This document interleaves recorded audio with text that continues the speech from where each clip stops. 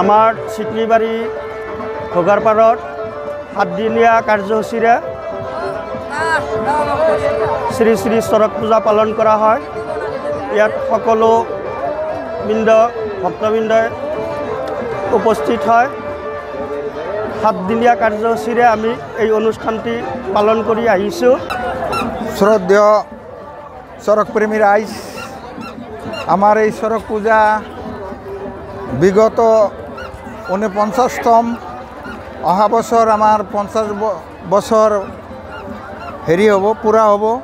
আমি সোণালী জয়ন্তী কৰিম বুলি মানো কৰিছোঁ, মনত এটা কৰিছোঁ যাতে আমাৰ এই অনুষ্ঠানখন সৰ্বাংগীনভাৱে আগন্তুক চৰক পূজা বা সোণালী জয়ন্তী ভালকৈ চলে। ৰাইজৰ ওচৰত আমাৰ এই বছৰৰ কমিটিৰ তৰফৰ পৰা বিনম্ৰ অনুৰোধ জনাইছোঁ। এইবাৰ 50তম আমাৰ চৰক পূজা আৰু বহুত মানুহৰ সমাগম হৈছে। অনুমান কমেও 5000ৰ ওপৰত হ'ব।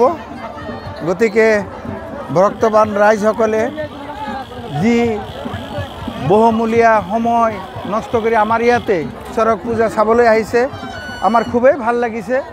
আৰু সকলো মানুহৰ ভক্তি ভাৱ চাই আমাৰ কমিটিৰ পৰা নিত আনন্দিত আৰু সন্তুষ্ট প্ৰকাশ কৰিছোঁ। ধন্যবাদ।